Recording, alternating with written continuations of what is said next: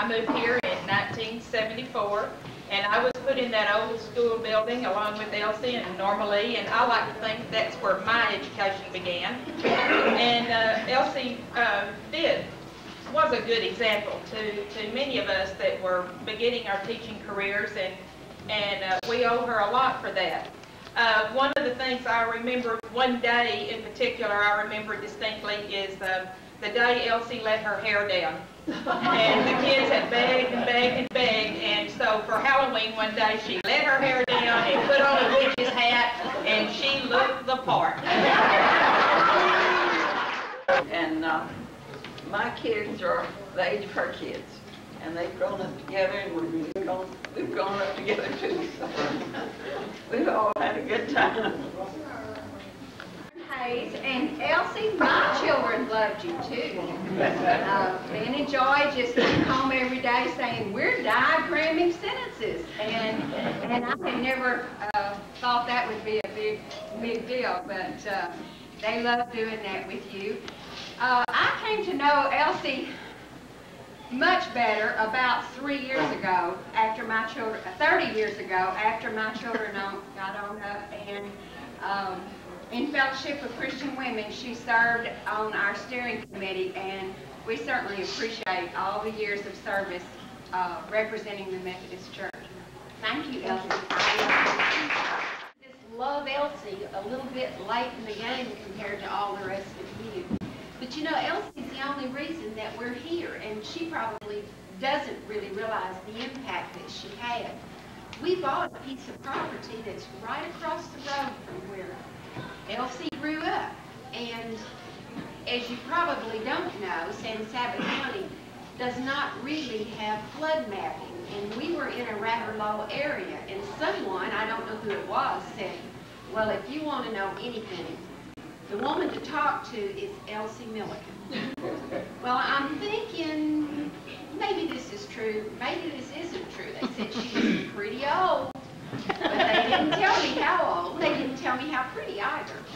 But at any rate, I went to Elsie's house, and she explained to me where the water had been and where it had been recently. She told us first in 1938, and then later in 2004 how high the water had been, and all about the dams that had been built.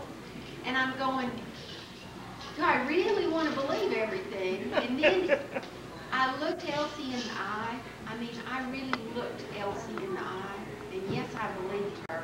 And yes, I believed she may be older than most of us are, but she's all there. 100%.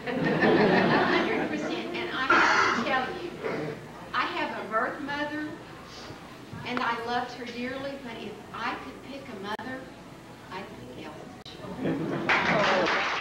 This is my wife, Margaret.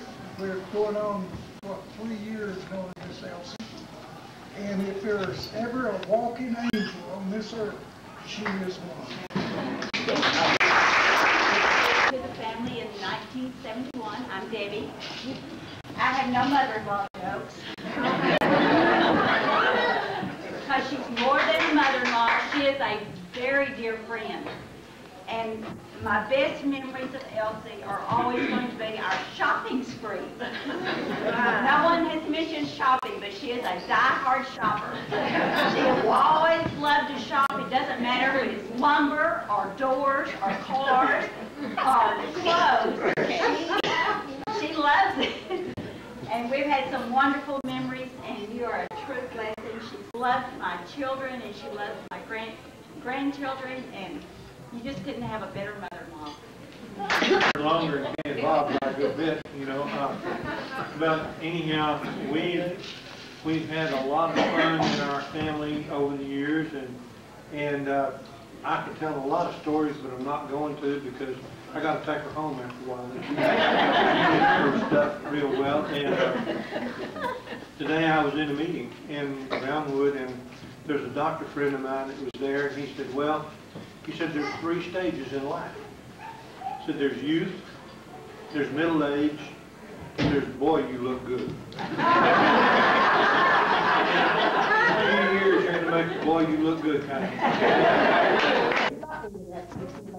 You know, your heart kind of beats, and when we were half an hour into this, and there was about half the people here, and I thought, oh, no, you know, but you all showed up, and you know, wonderful people, and she's, I can't talk about her because she's too wonderful. I would love to have you for a mother, too. Thank you all very much.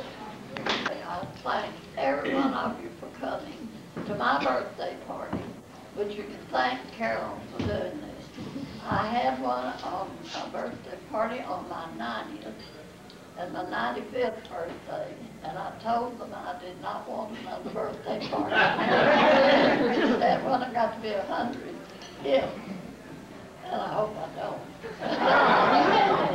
That they could have a birthday party then, but Carol made up her mind she was going to have this party, and she did it beautifully, and Lisa Schultz decorated it, and she decorated it. And I thank all of you for the kind things you've said and for coming, and I love all of you, and I hope I can cripple while longer.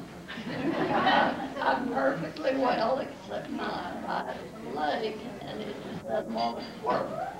But so far, it's kept me on top. And thank all of you for coming, for the kind things you've said to me. And if I have one next year, I hope y'all come back.